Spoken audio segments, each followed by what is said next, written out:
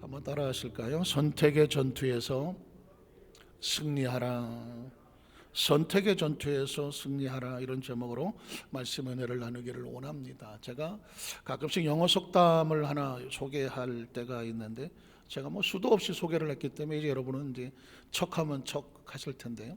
인생이란 뭐냐? 인생.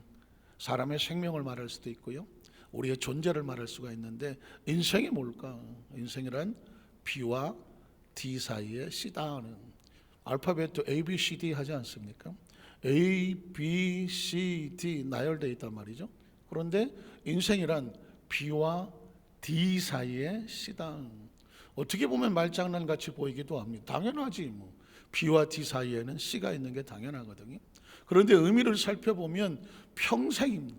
앞으로도 수천 번 이걸 되뇌이고 우리 가슴에 새겨두어야 될 아주 뼈저린 지혜라고 말할 수가 있습니다. 인생이란 B와 D 사이의 C다. B는 뭘까요? 벌스, 해피 벌스데이 할 때의 탄생이죠. 인생이란 탄생을 통해서 존재하는 거거든요. 탄생이 없으면 생명이 없는 것입니다. 인생이란 뭐냐면 탄생을 통해서 출발합니다. 인생의 끝은 어디 있나요? D라고 하는, 데스라고 하는 죽음에 있는 것입니다. 인생이란 한마디로 태어나서 죽는 것입니다. 아주 단순하게 말하면 인생이 뭐냐? 태어나서 죽는 거다. 누구도 피할 수 없는 것입니다. 어느 누구도 피할 수 없었습니다. 이건 하나님의 법칙이거든요. 그러면 그 태어남과 죽음의 사이에 있는 C는 뭐냐면, C는 초이스라는 것이죠. 초이스는 뭐냐면 선택이라는 것이죠. 아주 중요한 말이 아닐 수 없습니다. 인생은 태어나는 순간 죽을 때까지 끊임없이 초이스를 해야 돼요. 선택입니다. 매 순간마다 주어지는 직면, 주어지는 상황, 그 상황 속에서 선택을 해야 됩니다. 지나간 과거를 한마디로 정의한다면 선택이었습니다. 우리의 지나간 과거는 우리가 선택한 것이었습니다. 현재는 뭘까요? 현재는 선택의 결과입니다. 지금 우리가 여기까지 살아와 있습니다. 여기까지 살아온 건 어떻게 살아왔을까? 지나간 과거의 선택이 우리를 만든 것입니다. 그러면 미래는 무엇일까요? 미래는 아직 우리에게 선택의 여지가 남아있는 상황입니다. 앞으로의 미래는 예측할 수 있습니다. 어떻게 예측할 수 있을까요? 무엇을 어떻게 선택하느냐는 것입니다. 그러니까 죽음이라는 것은 그 마지막 순간에 선택의 여지가 끝이 나는 것입니다. 살아있는 동안만 선택할 수 있습니다. 그리고 선택의 결과에 따라서 현재를 만들어갈 수 있으며, 미래를 구상하는 것도 역시 현재를 미루어 보아 미래의 올바른 선택을 하고 나갈 때 비로소 그 삶이 의미가 있었느냐, 가치가 있었느냐, 살만했느냐, 그 사람의 가치가 많은 사람들에게 정말 행복을 줄 수 있었느냐, 하나님께서 사용하실 만했느냐, 이것은 선택에 담겨져 있다고 볼 수 있습니다. 한번 따라 하실까요? 인생은 태어남과 죽음 사이에 끝없는 선택이다. 그 선택이 운명을 바꾸기도 하고요, 그 선택이 삶을 바꾸고 가정을 바꾸고 내 생애의 어떤 모든 비전들은 선택에서 달라진 것입니다. 그럼 이 이야기는 누구의 이야기일까요? 우리는 어떤 유명한 사람이 한 얘기는 별로 관심이 없습니다. 어디에 관심이 있냐면 성경이 뭐라고 말하냐고 하는 것입니다. 하나님께서는 이 선택에 대해서 어떻게 말씀하시는가? 그런데 놀랍게도 에덴 동산에 있었던 선악과가 어느 날 갑자기 선악과가 살아 움직이더라고요. 선악과가 살아 움직여서 제 가슴에 말씀을 꽂기 시작을 했습니다. 그 선악과가 죽은 줄 알았던 선악과, 역사나 신화 속으로 전설 속으로 사라져버린 줄 알았던 선악과, 그 선악과가 정말 서리빨같이 살아서 외치는 것입니다. 그 선악과가 외치는 것은 뭐냐면, 선악과의 목적은 너희 삶에 선택이 얼마나 중요한가를 우리에게 깨우치고 있다는 거죠. 창세기 2장 16절로 17절을 보면 야훼 하나님이 그 사람에게 명하여 이르시되 동산 각종 나무 열매는 내가 임의로 먹을 수 있다. 그러나 선악을 알게 하는 나무 열매는 먹지 말라. 선악을 알게 하는 나무의 목적이 뭘까요? 우리는 선과 악을 안다는 것에서 아마 선악과는 인간의 선과 악에 대한 이야기일까? 아닙니다. 선악과의 목적은 뭐냐면 생명에 있습니다. 왜 선이 필요합니까? 생명이 살려면 선이 필요한 것입니다. 왜 악을 피해야 됩니까? 악은 다른 게 아닙니다. 생명을 죽이는 게 악이란 말입니다. 선악과의 목적은 지혜와 지식에 있지 않습니다. 선악과의 목적은 생명을 어떻게 살리느냐, 어떻게 위기에서 건져내느냐에 있는 것입니다. 그래서 뭐라고 말합니까? 내가 먹는 날에는 반드시 죽으리라고 말했습니다. 선악과가 왜 생명과 연결이 됩니까? 선악과를 먹었다고 왜 죽습니까? 안 먹으면 왜 삽니까? 하나님의 목적은 선악과에 있지 않습니다. 하나님의 목적은 생명에 있는 것입니다. 그래서 그 생명을 살리는 선, 그 생명에 위협을 주는 악, 이것을 분별할 수 있는 것이 바로 선악과의 나무인데, 여기서 하나님께서는 우리에게 선악과를 못 먹도록 우리 목에다 쇠사슬을 차고 선악과에다 뭐 그냥 무슨 펜스를 쳐내놓고 가지 못하게 만들지 아니하고, 하나님은 우리에게 선택의 기회를 주고 있습니다. 여기 선악과가 있다. 이 선악과는 너희 생명을 살리느냐 죽이냐 너희에게 달려있다고 말하는 것입니다. 그러므로 손을 대지 아니하면, 선택이죠. 손을 대지 아니하면 내가 임의로 이 모든 것을 누릴 수가 있지만, 만에 하나 선악과에, 하나님의 주권에, 하나님의 생명에 금기한 것에 손을 대면 어떻게 되리라? 네 생명이 반드시 죽으리라고 말했습니다. 그러니까 제가 지난 수요일부터 생명의 호기심을 밝히는 창세기다 하면서 말씀을 강의하기 시작을 하는데, 하나님의 말씀은 사실상 제가 준비하지 않습니다. 어느 날 깨달았죠. 언젠가는 제가 넓은 책상 위에 주석이고 책이고 설교집이고 뭐 수십 권을 갖다 놓고 그 본문을 묵상해 본 적도 있었습니다. 그러나 아무것도 떠오르지 않아서 밤새도록 새벽에는 막 미친 듯이 거리를 헤맸던 적도 있었습니다. 하나님의 말씀이란 책에서 나오지 않아요. 하나님의 말씀은 성령님이 역사하셨고 성령이 우상하셨기 때문에, 성령께서 설교는, 말씀은 누가 준비하신다? 성령님이 준비하시더라고요.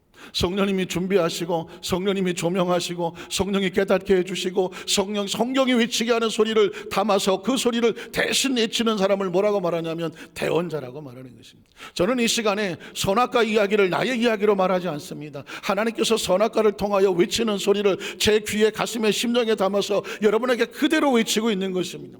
선악과는 지금도 우리에게 외치고 있습니다. 선악과를 중심으로 무엇을 선택하냐에 따라서 생명과 죽음이 결정된다는 것입니다. 창세기 3장 1절로 5절을 보면 여기까지는 아무런 의미가 없습니다. 자, 무슨 사건이 벌어지나 보십시오. 뱀은 하나님이 지으신 들짐승 중에 가장 간교하더라. 뱀이 여자에게 물어 이르되, 하나님이 참으로 내게 동산 모든 나무 열매를 먹지 말라고 하시더냐. 여자가 뱀에게 말하되, 동산 나무 열매는 우리가 먹을 수가 있으나 동산 중앙에 있는 나무 열매는 하나님 말씀 너희는 먹지도 말고 만지도 말라, 너희가 죽을까 하노라. 아담과 하와도 어렴풋하게 이 이야기는 생명에 대한 이야기라는 것을 눈치를 채고 있었습니다. 그러나 설마 생명이 그렇게 쉽게 죽겠어? 생명이 그렇게 중요한 건가? 생명의 인식도 없었고 가치도 없었고 목적도 없었고 존재도 몰랐습니다. 그냥 막연한 듯이 죽을지도 모르겠다라고 하는, 어쩌면 이 시대를 살아가는 저와 여러분도 얼마나 생명의 중요성을 느낍니까? 생명의 가치를 느낍니까? 생명의 존재를 느낍니까? 생명이 그렇게 중요합니까? 생명을 위해서 다른 모든 것을 포기할 만한 그런 어떤 판단력이 있습니까? 분별력이 있습니까? 생명이 죽어 넘어가는지도 모르고 기분과 감정의 기분에 따라서 휩쓸려 가지는 않습니까? 진짜 중요한 것은 생명이란 사실에 목숨을 걸고 가치 위해서 자식을 위해, 자녀를 위해, 자손을 위해 가장 중요한 것은 다른 어떤 것도 아니고 생명이다. 이것에 대한 정확한 인식이 있습니까? 제가 이만큼, 많이는 안 살아도 이만큼 살아보고, 이만큼 목회를 해보고, 이만큼 설교를 해보고, 이만큼 말씀을 묵상하다가 깜짝 놀란 것은 뭐냐면, 정작 중요한 생명을 모르고 사는 거예요. 생명의 가치를 모르고, 목적을 모르고, 이유를 모르고, 정작 무엇이 중요한지를 많은 사람들이 모르고 살아간다는 거예요. 생명의 주변에 있는 것들을 갖다가 마치 수풀을 터는 것처럼, 이게 생명일까 저게 생명일까, 이게 생명을 위하는 것일까, 각자 기분의 감정에 따라서 이렇게 저렇게 살아보지만 정작 중요한 생명을 만드신 하나님의 그 의중과 생각과 방법에 대해서, 원칙에 대해서 얼마나 정말 깊숙이 들어가서 정말 중요한 생명의 준비를 하고 사느냐는 것입니다. 하나님은 이미 창세기서부터 생명에 대한 존재, 가치, 목적, 이유, 그리고 살리는 것을 끊임없이 말씀하고 있었습니다. 성경을 창세부터 계시록까지 다 털어봐야 아는 것입니까? 매 순간마다 분초마다 하나님은 생명의 비밀을 숨겨놓고 있고, 생명을 살리기를 원하고, 우리의 생명을 누리기를 원하고, 생명의 존재 가치를 위해서 하나님 자신을 쏟아붓고 있는 것이다. 성경은 지식의 책이 아닙니다. 성경을 많이 읽었다고 지식이 늘어난 것도 아니고 뭐 성경을 많이 썼다고 자랑할 이유도 아닙니다. 정말 중요한 그 속에 흐르고 있는 생명이 정말 생명의 가치를 깨달아고 생명의 창조주 하나님, 내가 받은 생명의 가치, 어떻게 살아야 생명의 가치가 있는가, 이 생명에 대한 진지한 고찰, 생명에 대한 진지한 사고, 이것이 정말 나를 붙잡아야 그 진짜 생명을 위해서 이제부터의 삶은 변두리를 치는 삶이 아니라 진짜 생명을 아끼는 삶. 그래서 그 말씀의 핵심이 성경에서 나오는 것입니다. 하와가 이렇게 대답을 하는 것에 대해서 가슴을 치는 것입니다. 자신을 위해서 하나님께서 생명을 살리기 위해서 선악과라고 하는 이 귀중한 비밀을 알려주었지만 그게 남의 이야기처럼 하는 것입니다. 다른 사람의 이야기를 하는 것입니다. 제3자의 이야기를 하는 것입니다. 설마 뭐 죽겠어? 내가 뭐 이렇게 한다고 설마 죽겠어? 그 자신의 진지한 생명에 대한 고찰이 없다는 이 말 한마디에 자신이 이로 인하여서 어떻게 결과가 될 것을 생각하지 못하고 이렇게 말하는, 이렇게 신앙하는, 이렇게 하나님을 생각하는, 이렇게 자신의 존재를 가지고 있는 가슴 아픈 말입니다. 너희가 죽을까 하노라. 여러분, 이 소리를 듣고 있는 하나님의 가슴은 얼마나 속 터집니까?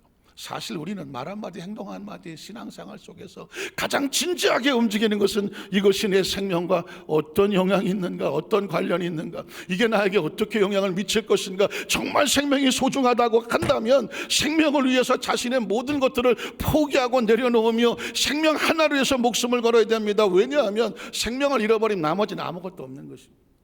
생명을 잃어버린 아무것도 없는 것입니다. 하나님과의 관계 속에서 진지한 생명의 가치를 잃어버린 나머지는 전부 부록과 같아서 한순간에 날아가 버리는 것입니다. 성경은 그래서 계속 이어집니다. 그 다음 절을 보면 뱀이 여자에게 이르되 너희가 결코 죽지 아니하리라. 죽고 사는 것을 뱀이 말할 수는 없는 것입니다. 유혹이란 그렇습니다. 죄란 그런 것입니다. 우리의 생명을 지켜주려고 생각하지 않아요. 순간 감정 기분에 따라서 하나님이 저 생명을 파괴하려고 달려드는 것이지, 뱀이 생명을 지켜줍니까? 뱀이 생명을 위합니까? 뱀이 세상이 우리에게 생명의 가치와 이렇게 하면 살면 이렇게 하는 게 좋은 거야, 이렇게 하는 게 행복한 거야, 감히 세상이 어떤 존재가 하나님을 제외하고 우리에게 생명의 가치에 대해서 논한단 말입니까? 죽고 사는 것에 대해서 감히 뱀이 어떤 존재기에 이 생명에 대해서 감히 언급을 할 수 있다는 말입니까? 뱀은 아주 간교하게 하와에게 생명의 주체가 마치 자신에게 있는 것처럼 그렇게 말하고 있습니다. 그 다음 절을 보면 너희가 그것을 먹는 날에 너희 눈이 밝아져서 하나님과 같이 되어 선악을 알 줄 하나님이 아신다라고 말했습니다. 여기까지는 지금 아담과 하와가 아무 일도 없습니다. 그런데 6절로 8절에 보면 여자가 그 나무를 본즉 먹음직도 하고 보암직도 하고 지혜롭게 할 만큼 탐스럽기도 한다. 여기까지도 별로 문제가 없어요. 다만 고민과 갈등과 어려움이 있었겠죠. 그런데 여자가 그 열매를 따먹는다는 얘기는 선택이었습니다. 선택. 과연 그래서 많이 복잡할 수 있습니다. 유혹이 다가오시고 생각이 있고 갈등도 생기고 뭐 여러 가지 많은 혼란이 생길 수가 있습니다. 그러나 중요한 건 선택입니다. 하와가 열매를 따먹기로 선택한 것입니다. 선택하고 자기와 함께 있는 남편에게도 주매, 하와도 그 남편에게 선택을 강요하는 것이죠. 내가 선택한 것이 이것인데 당신도 이 선택을 따라. 아담은 그 선택을 그냥 그대로 받아들였습니다. 남편이 주매 그도 먹어서. 제가 그랬죠. 선악과나 이 얘기는 먹는 이야기가 절대로 아닙니다. 무엇을 선택했느냐, 그러면 선택에는 반드시 결과가 따라오는 거죠. 한번 따라왔을까요? 선택에는 반드시 결과가 따라온다는 겁니다. 진짜 중요한 건 선악과를 먹는 게 아닙니다. 인간이 선택한 선택의 열매를 먹는 것이니 결과를 먹는 것입니다. 결과가 뭘까요? 이에 그들의 눈이 밝아져 자기들이 벗은 줄을 알고 무화과 나무 잎을 엮고 치마로 삼았더라. 이게 선택의 결과입니다. 그들이 그날 바람이 불며 동산에 거니시나 하나님의 소리를 듣고 이제는 그의 삶 속에서 결과 열매를 그대로 당할 수밖에 없습니다. 아담과 그의 아내가 야훼 하나님의 낯을 피하여 동산 나무 사이에 숨었습니다. 거리가 생겼습니다. 친밀하지 않습니다. 관계가 끊어졌습니다. 사랑하는 성도 여러분, 이게 결과입니다. 제가 누누이 말씀드린 창세기 3장 22절 24절에 보면 결국 그들은 그들의 열매를 운명처럼 받아들여야 됩니다. 야훼 하나님이 이르시되 보라, 이 사람이 선악을 하는 일에 우리 중 하나같이 되었으니 그의 손을 들어 생명나무 열매도 따먹고 영생할까 하노라 하시고, 야훼 하나님이 에덴 동산에 그를 내어보내어 그의 거론에 대한 땅을 갈게 하시니라. 이같이 하나님이 그 사람을 쫓아내시고 에덴 동산 동쪽에 그룹들과 두루도는 불칼을 두어 생명나무 길을 지키게 하시더라. 이 많은 스토리들을 한마디로 결정하는 건 선택입니다. 무엇을 선택하냐에 따라서 에덴이 나와 함께하는 것이냐, 무엇을 선택하냐에 따라서 에덴 바깥으로 밀려나가는 것이냐. 사람들은 말합니다. 하나님께서 심판하시고 저주하셔서 아담과 하와가 쫓겨나갔다고 말하지만 하나님은 사실상 아담과 하와를 쫓아내지 않습니다. 그들 스스로 잘못된 선택의 열매를 가지고 가는 것입니다. 사실은요, 성경 이 하나만 가지고도 우리가 끊임없이 고민하고 묵상하면서, 이제 우리가 어렸을 때는 그냥 하고 싶은 데 살았지만 이 정도 성장하고 발전하여 말씀의 의미를 알고 하나님의 의도와 계획을 알아서 내가 정말 잘 살아야 되겠구나, 이만큼 살았는데 다시는 뒤로 돌아가 젊은 날처럼 후회하는 삶을 살아서는 안 되겠구나, 정말 잘 살아야 되겠구나, 나의 남은 인생을 망쳐서는 안 되겠구나 라고 진지하게 생각한다고 한다면 매 순간의 선택에 우리의 운명을 걸어야 되는 것입니다. 우린 첫 번째로 구약 성경 속에 나타난 선택과 결과를 찾아보기 원합니다. 창세기 4장 3절로 5절에 보면 가인과 아벨의 이야기가 나오지만 하나님은 가인과 아벨 이후에 하나님과 가인이 진지한 대화를 하는 것을 볼 수가 있습니다. 세월이 지난 후에 가인은 땅의 소산으로 제물을 삼아 야훼께 드렸고, 선택이죠. 아벨은 자기도 양의 첫 새끼와 그 기름으로 드렸더니 야훼께서 아벨과 그의 제물은 받으셨으나 가인과 그 제물은 받지 아니하셨더라. 자, 여기까지는 제가 이런 말을 드렸습니다. 하나님의 사람들은 그가 어떤 선택을 했는지 평상시는 모른다고 말했습니다. 겉으로 봐서는 전혀 모릅니다. 그런데 예배를 거쳐보면 그 사람이 어떤 선택을 했는지가 드러나는 것이죠. 그 사람이 어떤 기도를 통해서, 어떤 전도를 통해서, 선교를 통해서, 하나님과 관계된 어떤 만남을 통해서, 선악과나 마찬가지죠. 예수를 통해서, 그가 스쳐 지나가는 통해서 어떤 결과를 했는지를 알게 됩니다. 왜냐하면 그 결과의 열매를 먹고 살아가는 것이 사람이기 때문이죠. 아담과 하와가 그랬던 것처럼 가인과 아벨도 마찬가지였습니다. 아벨의 선택은, 예배는 하나님께서 받으실 만했다고 말했습니다. 예배는 아주 무서운 것입니다. 예배는 중요한 것이나 아주 무서운 것입니다. 왜냐하면 하나님 앞에서 마치 흙과 백이 갈라지듯이 진짜와 가짜가 갈라지는 것입니다. 하나님 앞에서 감히 하나님을 신랄합니까? 하나님을 만유리 여깁니까? 하나님 앞에 예물을 드릴 때 하나님께서 받으실 만한 예물이 있었고 하나님께서 받지 아니한 예물이 있었다고 말하고 있습니다. 예물은 지금 내가 진짜인가 가짜인가를 분별하는 것입니다. 기도하십니까? 전도하십니까? 사명과 직분을 받았습니까? 여러분이 하나님의 사람입니까? 헌신합니까? 아주 위험한 일입니다. 진짜와 가짜가 증명되지 아니하면 신앙은 껍데기에 불과합니다. 예전에는 그냥 구성만 갖추면 됐어요. 교회 다니면 됐고 그냥 성경 읽으면 됐고 그냥 봉사하는 것처럼 했으면 되겠어요. 그러나 좀 더 껍질을 까고 들어가면 이제 하나님께서 우리에게 말합니다. 그 예배가, 헌신과 그 예물이, 그 감사가, 그 모든 것들이 하나님께서 받으실 만한 아니냐, 하나님의 중심에 맞느냐고 묻고 있잖아요. 이미 창세기 1장, 2장, 3장입니다. 여기서부터 얘기하는 것입니다. 진지한 신앙은 하나님 보시기에 받을 만하지 아니한다면 그 신앙은 껍데기에 불과하다는 거예요. 그러니까 성경이 그렇게 말하지 않습니까? 알곡과 가라지가 있어요. 슬기로운 처녀가 있고 미련한 처녀가 있습니다. 달란트 비유에도 다 사명자들인데 하나님께서 악하고 게으르다가 말하는 사람이 있습니다. 착하고 충성되다가 말하는, 이건 주인이 아는 것입니다. 주인이 오기 전까지는 아무도 모릅니다. 각자 자기 나름대로 최선을 다했다고 자기 방식으로 말했습니다. 그러나 주인이 와서 보니까 착하고 충성된 사람은 따로 있었습니다. 슬기롭고 지혜로운 사람은 따로 있었습니다. 무슨 이야기를 하고 있습니까? 스스로 하나님께서 보시기에 합당한 선택에 이 열매만 진정한 인정을 받는 것입니다. 자, 하나님께서 가인의 예물과 제물은 받지 않았습니다. 자, 가인과 하나님과의 대화가 나옵니다. 가인은 여기서 어떤 선택을 해야 됩니까? 내가 지금 책망을 받았습니다. 내가 거부를 당했습니다. 내게 위기가 다가왔습니다. 뭐가 문제가 다가왔어요. 그럼 이렇게 물어야 되겠죠. 하나님, 내가 뭘 잘못했습니까?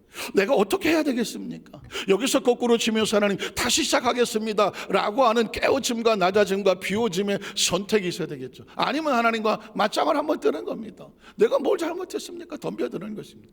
가인은 후자를 선택합니다. 하나님 앞에 덤벼듭니다. 왜? 내가 잘못한 게 없으니까. 난 똑바르니까. 난 온전하니까. 내가 뭘 잘못했어? 가인이 분하여 안색이 변하든, 야훼께서 가인에게 이르시되 내가 분하여 하면 어찌 됨이며 안색이 변하면 어찌 됨이냐.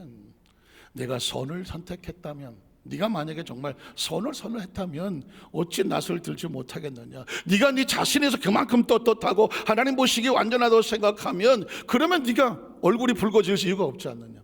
그런데 왜 네가 선을 행하지 아니하면, 선택입니다. 선을 행하는 건 선택이고요. 선을 행하지 아니하면 죄가 문 앞에 엎드려 있답니다. 여러분, 아주 무서운 단어 중에 하나가 이겁니다. 제가 문 앞에 엎드렸다는 얘기는 사자가 먹이를 잡으려고 크롤링하는 것입니다.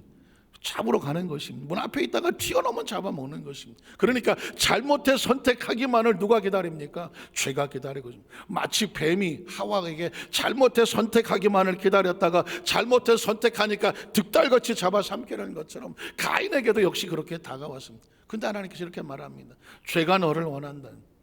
너는 죄를 다스려라. 선택입니다. 지금도 끊임없이 죄는 우리에게, 우리의 마음속에 우리의 삶 속에 다가와서 하나님으로부터 멀어지고 스스로 만족하여 야, 너 그 정도면 됐어. 아이 뭐 형식적이라도 됐잖아 라고 말할지 모릅니다. 그러나 하나님께서 말합니다. 죄가 너를 지금도 원하고 있지만 너는 죄를 다스려서 죄를 선택하지 말라는 이야기입니다. 성경은 선택 이야기를 하고 있습니다. 자, 중요한 것은 왜 선택해야 되느냐, 제가 끝에 가서 말씀드리겠습니다. 아브라함의 선택을 한번 보겠습니다. 창세기 12장 1절에서 3절에도 보면 하나님의 말씀은 뭐냐면 선택입니다. 야훼께서 아브라함에게서 너는 너의 고향과 친척과 아버지 집을 떠나 내가 내게 보여줄 땅으로 가라고 말했습니다. 이 이야기는 뭐냐면 선택입니다. 하나님께서 막 모가지를 끌고 가지 않아요.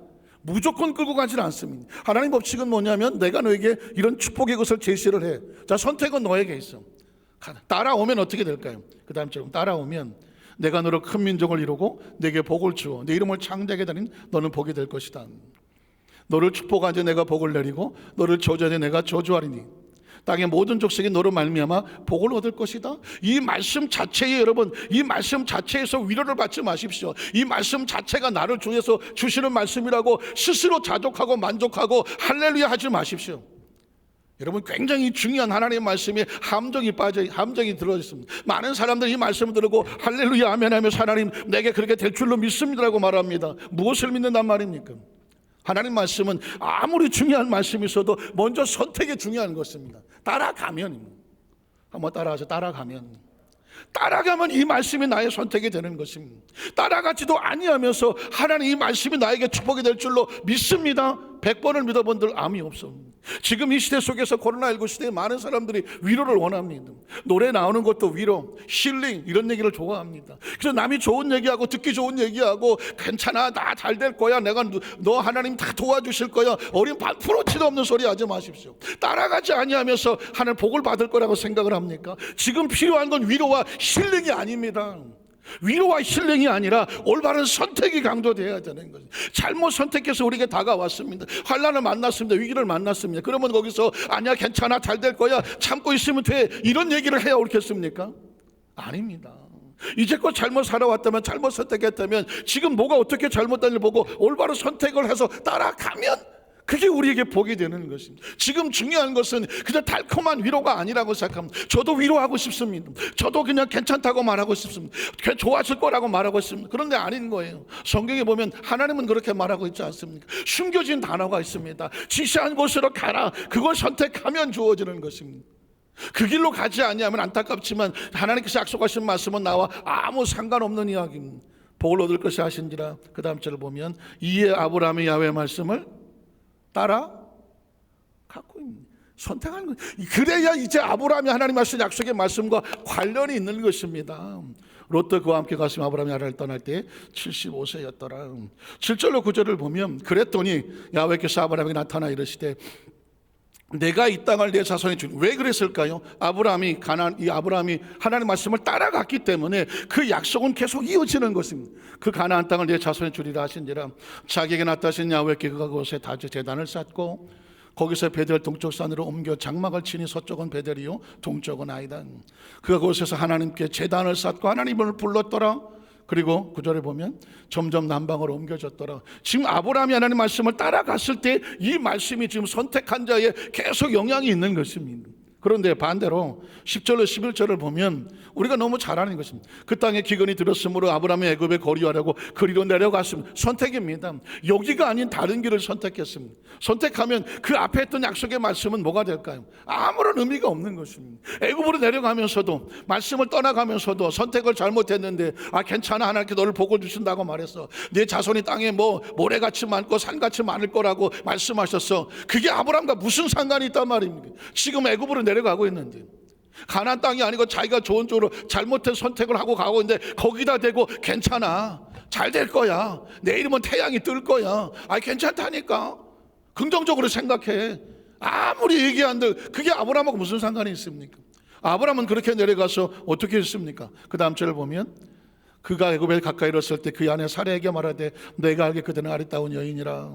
어떻게 됐습니까? 아내를 빼앗기고 자신의 모든 것을 잃어버리고 홀로 나를 새는 처참한 존재가 되어버리고 말았습니다.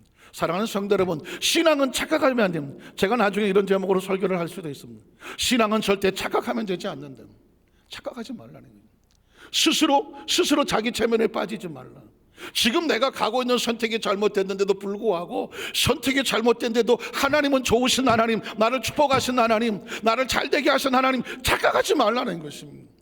아브라함이 애굽에 내려갔을 때는 아내조차 잊어버리는 상황을 왜 모르냔 말이는 것입니다. 지금 우리는 우리의 삶의 방향을 올바로 정해놓고 수술을 하고 잘못 깨닫고 코로나19가 변화되면 예전같이 살면 안 되는, 어린아이같이 살면 안 되는, 그냥 물에 물 탄 듯 살아가면 안 되는 새로운 선택에 대한 비장한 각오의 칼날을, 신앙의 칼날을 갈고 그래서 일단 다시는 후회하지 않아야 할, 우리가 젊어서 고생은 사소도 하고 젊어서 실수는 만회할 시간이 있지만 세월이 점점 마지막 때를 향하여 가고 혹시 모르지만 우리의 날수가 점점 가까워진다고 하면 만회할 시간이 없단 말입니다.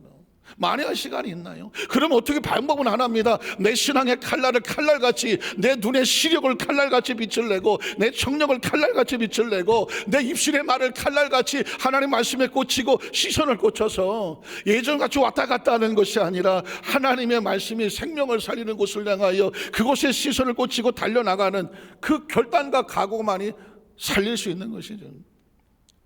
창세기 13장 1절로 4절에 보니까 결국 아브라함이 다시 올라오죠. 다시 가나안으로 올라옵니다.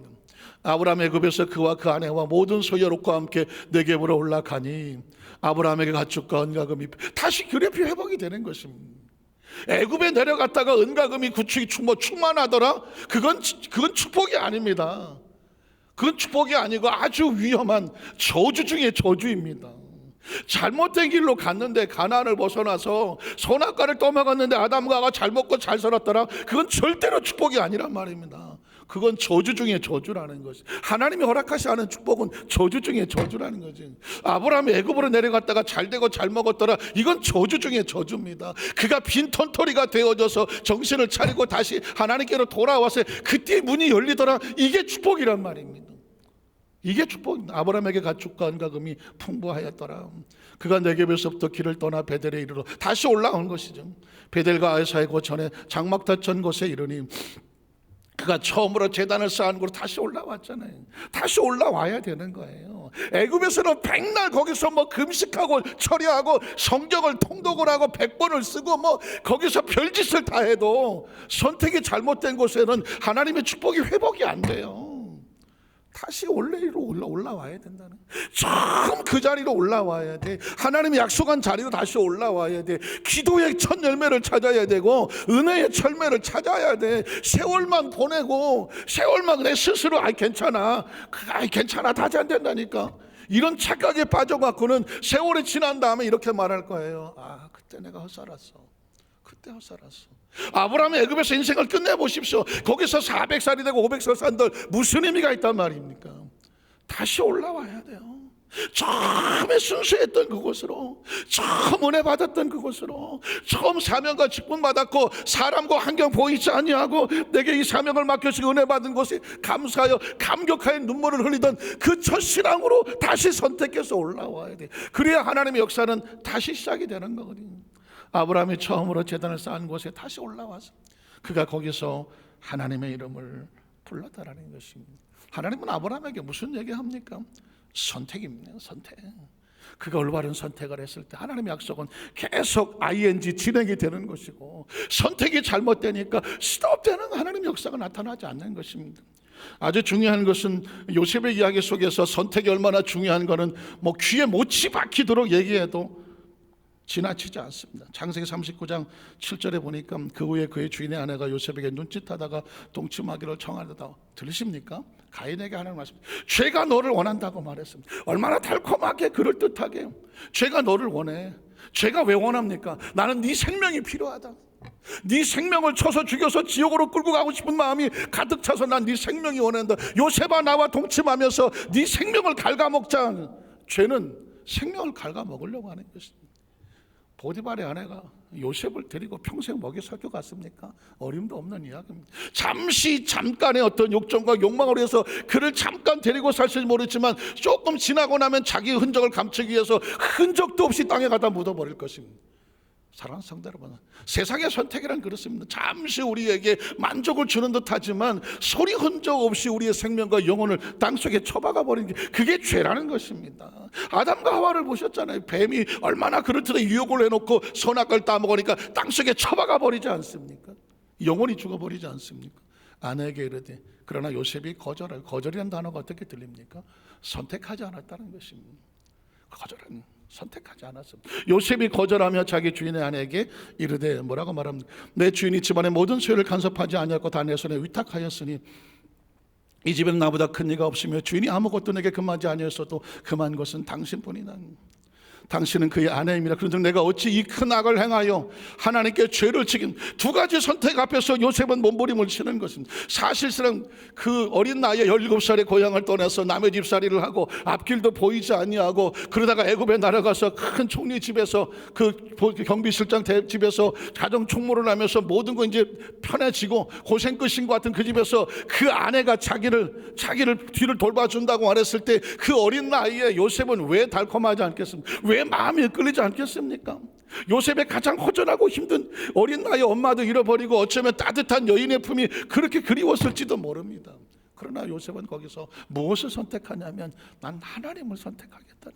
나에게 꿈을 주신 하나님, 위기 가운데서 건져주신 하나님, 나에게 사명을 맡겨주신 하나님, 그 꿈을 선택하기 위해서 눈앞에 있는 이 달콤한 것을 요셉이 마치 살점을 뜯어내듯이 그걸 거절하는 것. 요셉의 이야기는 다른 이야기가 아닙니다. 꿈 이야기입니까? 아닙니다. 선택의 이야기입니다. 하나님의 꿈이 중요합니까? 하나님의 꿈은 중요하지 않습니다. 충격적으로 들리죠? 하나님의 꿈은 중요하지 않습니다. 선택을 잘못하는 사람에게 하나님의 꿈은 의미가 없다는 것입니다. 하나님의 꿈이 의미가 있으려면 어떻게 되냐면 올바른 선택하는 사람에게, 그래야 하나님의 꿈이 살아있는 것이지. 예수 그리스도가 무슨 의미가 있습니까? 예수를 믿지 않는 사람에게 예수 그리스도는 아무 의미가 없는 것입니다. 예수가 의미 있는 것은, 예수가 생명인 것은 그를 선택하는 사람에게,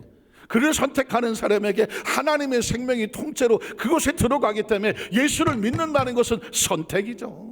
선택입니다. 그래서 저와 여러분이 지금껏 마치 요셉처럼 세상에 많은 친구가, 세상에 많은 유혹들이 우리를 그럴듯하게 끌고 다녀도 끝끝내 하나님께서 원하신 자리에 그 자리에 서는 이유고 선택하는 이유가 뭐냐? 하나님이라는 존재를 우리가 선택하기를 포기하지 않기 때문입니다. 내가 어찌 큰 악을 행하여 하나님께 죄를 지으리까? 이 여인이 날마다 요셉에게 청하였으니 요셉이 듣지 아니하며 동침하지 아니할 뿐더러 함께 지다. 여러분, 크리스찬의 삶은 선택입니다. 이게 행동 하나하나 거지가 왜 이렇게 하겠습니까? 인간의 행동은 다 이유가 있습니다. 요셉은 지금 선택을 하고 있는 것입니다. 끊임없는 과정 속에서 선택, 하나님께서 원하시는 방법만 선택하고 세상이 타협하자고 하는 자리를 피하는 선택을 하고 있는 것입니다. 그 다음 절을 보면 그렇게 할 때 요셉이 그 일을 하러 그 집에 들어갔더니 그 집 사람들은 하나도 거기에 없었더라. 그 여인이 그의 옷을 잡고 이르되 나와 동침하자. 마지막 집요한 선택을 요구하고 있습니다. 죄는 이렇게 끈적거리며 끝까지 붙잡는, 그러나 어떻게 합니까? 요셉이 자기 옷을 그의 여인의 손에 버려두고, 어떻게 들리십니까? 선택입니다. 선택. 거기서 튀어나가기로 선택을 하는 것입니다.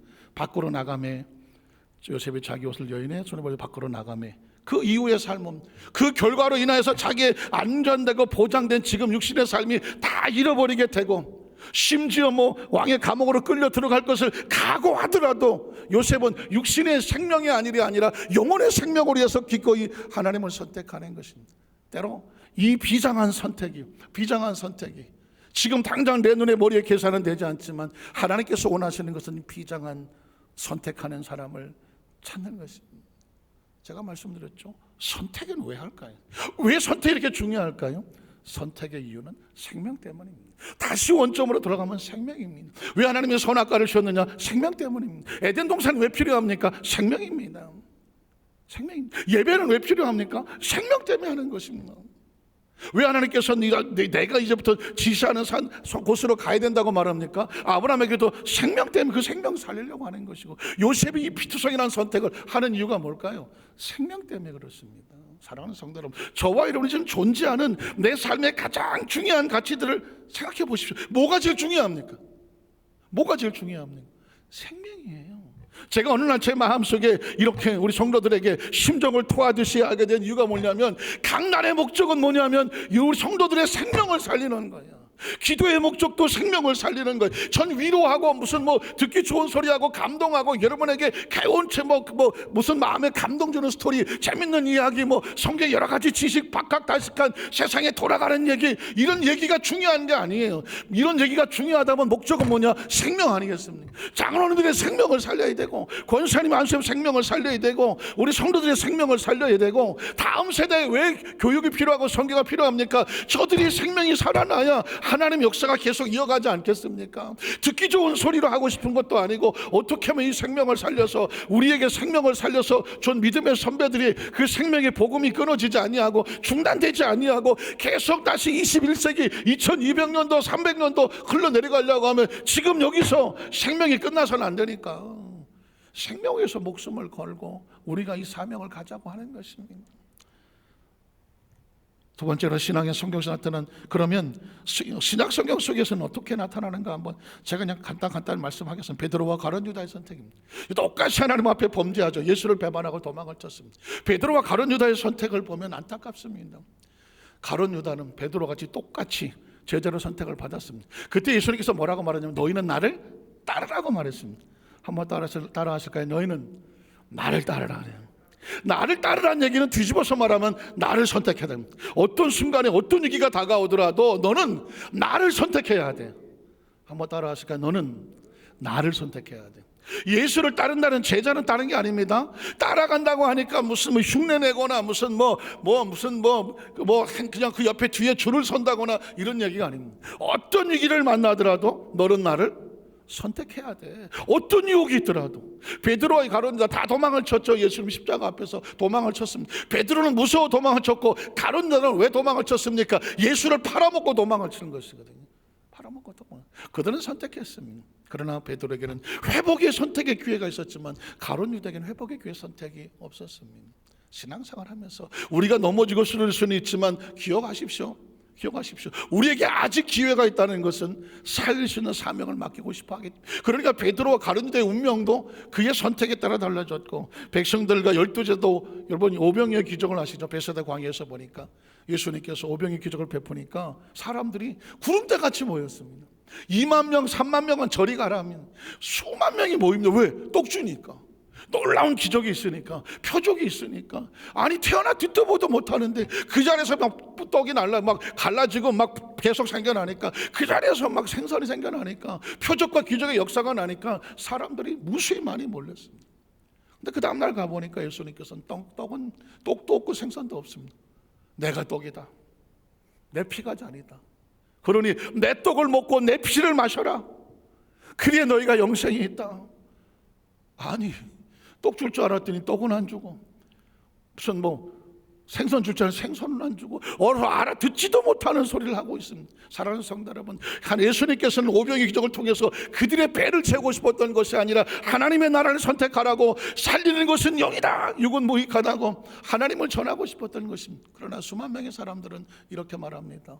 알아듣지도 못하는 소리를 하고 맨 하나님 얘기만 하고, 떡도 안 주고 생선도 안 주고, 이거 어려운데 다 떠났다고 말하고 있습니다.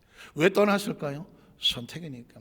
하나님의 나라를 자기 기분과 감정에서 듣기 좋은 소리, 자기의 만족을 위해서 거기에 선택하고 왔을 때 아니다 하고 떠났다는, 선택은 떠나는 것입니다. 그들이 떠났으면 어떻게 될까? 하나님과 관계가 없어지는 거죠. 그때 예수님께서 베드로에게 그런 말하죠. 너희도 떠날래? 잘 하시는 말씀이에요. 너희도 떠날래? 그랬더니 베드로가 놀라운 고백을 하죠. 영생의 말씀이 주께 있사오니 우리가 어디로 가오리까? 라는 말을 합니다. 베드로는 가끔씩 깜짝깜짝 놀라게 하죠. 하나님의 말씀을 선택해서 살리는 것이 영이고 영혼의 생명을 중요시 여겼던 베드로가 그 위기 가운데 살아남았습니다.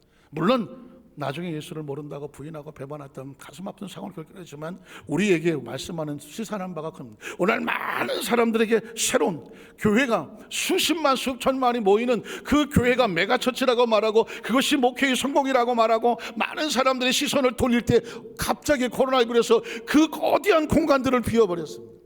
거대한 공간들이 비워졌습니다. 엄청난 충격이지. 여러분도 마찬가지지만 저 자신도 마찬가지고 살면서 이런 경험을 해본 적이 없었습니다. 그러면 과연 우리에게 물은 메시지, 그 거대했던 그 벳세다 광야에 엄청난 무리 인파들이 한순간에 사라져버리고 말았습니다. 남은 건 하나밖에 없습니다. 영생의 말씀이 여기 있사오니, 영생의 말씀이 여기 있사오니, 그 영생의 생명과 말씀을 선택한 사람들만 하나님의 전에 나오거나 아니면 지금도 온라인과 비대면을 통해서 거기서 몸부림을 치면서 말씀을 붙잡고 하늘을 바라보는 이유는 뭐냐면, 보는 이유는 영생의 말씀을 선택한 자만 남아있는 것입니다. 선택한 자만 남아있는 것입니다. 그래서 여러분, 신앙이란 선택하는 것입니다. 지금 이 순간에 내가 어느 자리에 있기를 소원하는가, 어떤 소리 듣기를 원하는가, 무슨 하나님의 소식에 내 마음을 고백하고 드리기를 원하는가, 선택하는 것입니다. 재미있는 사실은 오순절 마가다락방도 가만히 보면 선택이었습니다. 제가 손글을 찾지는 않습니다. 고린도서 15장에 보면 바울이 그런 고백을 합니다. 예수님이 부활하실 때, 부활하고 승천하실 때 500명의 제자들이 함께 봤다고 말합니다. 500명의 제자가. 그런데 덜커덕 사도행전 2장에 보면 그 오순절 마가다락방에는 120명밖에 없습니다. 120명. 저의 퀘스천은 뭐냐면, 나머지 380명은 어디로 갔냐? 예수의 부활을 경험하고 예수의 승천을 감난산에서 보았던 주의 제자, 딴 것도 아니고 구경꾼도 아니고 주의 제자 500명입니다. 500명. 그런데 정작 그 말씀을 듣고 오순절날 마가다락방에 성령의 세례가 임할 때까지 그 다락방에서 기도하던 사람, 남은 사람, 성령 받은 사람은 120명이었습니다. 나머지 380은 어디로 갔냐면 선택의 문제 아니겠습니까? 끝까지 그대를 지키는 것도 신앙도 선택입니다. 끝까지 지키는 것도 선택입니다. 사명과 직분도 선택입니다. 얼마나 기분 나쁜 일이 많겠습니까? 얼마나 속상한 일이 많겠습니까? 얼마나 방해한 일이 많겠습니까? 얼마나 상처받는 일이 많겠습니까? 사명을 맡아도 직분도 그렇고 신앙생활 하다 보면 얼마나 많은, 아니 예수의 부활을 체험하고 예수님의 승천까지 경험하고 다시 올 때까지 너희가 나를 보리라 음성을 들었던 사람들조차라도 그 많은 위기 앞에서 그 자리를 다 놓쳐버렸습니다. 120문도라는 의미는 마지막까지 약속의 말씀에 선택을 지켰던 사람들입니다. 그리고 그곳에 하나님의 성령의 역사가 임하게 된 줄로 믿습니다. 말씀을 정리하기를 원합니다. 이 코로나19 시대에 엄청난 우리의 지금 선택들이 있죠. 지금 해야 될 선택이 많잖아요. 백신을 어떤 회사 거를 선택해야 되느냐, 정치적으로는 시장 선거도 있는데 이걸 어떻게 선택해야 되느냐, 트럼프 하는 행동을 보니 참 대통령 하나가 나라를 바나나 왕국으로 만드는 가슴 아픈 이것저것도 모습도 보면서, 세상에 벌어지는 모든 것들이 요지경들인데 결국은 먹자면 선택해놓고 선택의 결과에 속수무책으로 당하는 것밖에 없습니다. 정말 중요한 것은 뭐냐면, 크리스찬들은 기준을 내 기준도 아니고 네 기준도 아니고 하나님의 말씀이 성경에서 뭐라고 말하는지 말씀의 기준에서, 선악을 우리가 판단할 이유가 아니라 하나님의 기준에 서서 하나님께서 뭐라고 말씀하시는지에 귀를 기울이고 거기에 선택하고 나가야 너도 없고 나도 없고 좌도 없고 우도 없고 이것도 없고 저것도 없고 하나님 편만 있어야 되는 거죠. 지금 최근에 정치, 경제 이런 시사하는 프로그램들을 어쩔 수 없이 많이 볼 수밖에 없는데 여러 가지 단어가 나와요. 진보가 나오고 좌우고 민주주의가 나오고 사회주의가 나옵니다. 우리 두 개밖에 없는 줄 알았거든. 그때 어느 미래학자, 사회학자가 나와서 이렇게 말하더라고요. 이제는 진보도 보수도, 그다음에 민주주의도 사회주의도, 이건 오래된 프레임인데 정말 중요한 것은 사람이 사람답게 정말 인간답게 살아갈 수 있는 라이프니즘, 라이프에다가 ISM은 라이프니즘, 인생의 삶의 우선주의로 살아가야 되지 않겠느냐, 언제까지 이렇게 살겠느냐, 이런 이야기를 하더라고요. 어떤 새로운 대안책을 자꾸 내놓더라고요. 의미는 있다. 그런데 크리스천 입장에서 볼 땐 그래요. 하나님, 언제까지 우리끼리 싸워야 되겠습니까? 언제까지 두동강이 나야 되겠습니까? 간절히 원하기는 방법이 없어요. 원론적인 이야기지만 선과 악은 하나님만 판단하는 것입니다. 그러니 다시 하나님을 두려워하고 하나님을 경외하고 어떤 시점이든지 하나님이 사랑하는 백성을 위해서 하나님 편에 서서 하나님의 양심의 중심을 가지고 하나님 편을 선택할 수 있는 그런 리더잖아, 그런 어떤 지도자나 그런 어떤 사회 흐름이 나가줘야지. 어떤 뭐 정치주고 주의고 이런 식으로 해갖고는 이 대한민국은 이미 스스로 자정할 능력을 상실했다는 지구의 모습처럼 희망이 없어 보입니다. 그러니 다시 지금 그리스도인들이 다시 기도를 회복해야 될 때고 교회가 다시 일어나야 될 때이면 그리스도인들이 다시 목숨을 눈물로 기도하고 다시 서야 돼요. 선택을 올바로 해야 그 선택의 결과를 누가 먹습니까? 우리의 다음 세대들이 먹을 수밖에 없는 거죠. 간절히 바라기는 정말 피를 토하듯이 내일 돌아오는 수요일 날을 또 기대합니다. 하나님의 생명의 호기심을 밝히는 이 창세기 강의 말씀을 통하여서 조목조목 왜냐하면 이 주일날 설교를 본문 설교를 하다 보면 제한된 시간 속에서 그냥 언어로 표현을 해야 되잖아요. 그런데 이제 하나님 또 마음에 감동을 주셔서 수요일날 내가 칠판에 지난주 칠판은 좀 준비가 잘못해서 글씨도 안 보이고 했지만 칠판에 적어놓기 시작하면 그 단어 하나하나 속에 담겨져 있는 하나님께서 주시는 그 생명에 기록된 생명과 관계된 생명의 신비와 하나님의 역사가 들어져 있는 그 말씀을 우리 성도들 가슴속에 주어져서 그냥 나 교회 다녔다가 아니라 그 말씀이 정말 우리 성도들 가슴속에 양식이 되고 힘이 되고 무장이 되고 무기가 되고 권세가 되고 능력이 되기를 간절히 원하는 마음으로 제가 수요일 강례의 말씀도 하고 하기를 원합니다. 우리 여의도 마을교회 모든 성도들 주일 설교만 듣는 것이 아니라 수요 예배도 금요철 예배도 정말 1200명의 성도님들이 다 클릭해서 교회는 못 나오더라도 영상을 통해서도 같이 무장을 하고 같이 준비를 해서 이 마지막 시대의 올바른 선택의 승리자가 되시기를 주의 이름으로 축복합니다. 기도하겠습니다. 하나님 아버지 감사합니다.